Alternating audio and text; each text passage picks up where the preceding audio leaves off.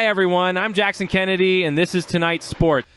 It's Tuesday, a day I lament pretty much every week, as regular viewers to our show know, dating back a year to when we first rolled out our sports wrap. It's a good thing we've got lots of baseball to keep us occupied, and 5 games on the WNBA schedule, too, as they return from their own all-star break. That's a lot of coverage and not a lot of time to cover it, so let's get to it.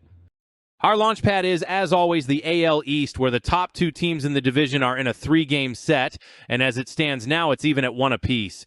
The Yankees smacked 3 home runs, the last being a clutch dinger in the top of the 9th by Ben Rice to give the Bronx Bombers a 5-4 win over the Blue Jays, but it leaves them where they started going into Monday's action, 3 games out.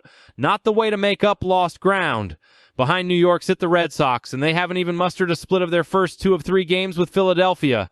A catcher's interference call cost them last night. Tonight it was Christopher Sanchez who went the distance in Philly's 4-1 victory.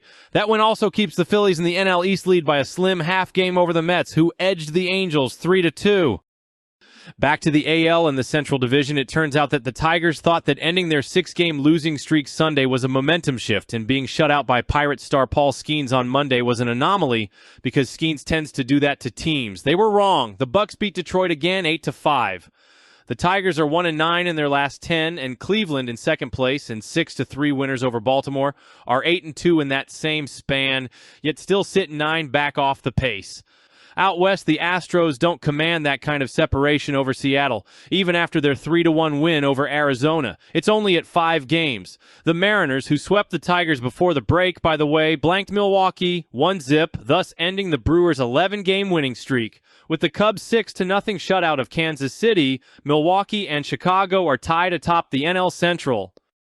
Finally, out west, the Dodgers continue to struggle, fielding as badly tonight as the Yankees and Red Sox did yesterday, giving up 4 unearned runs in their 10-7 loss against the Twins. San Diego, unfortunately, couldn't capitalize on the loss, falling to Miami 4-3.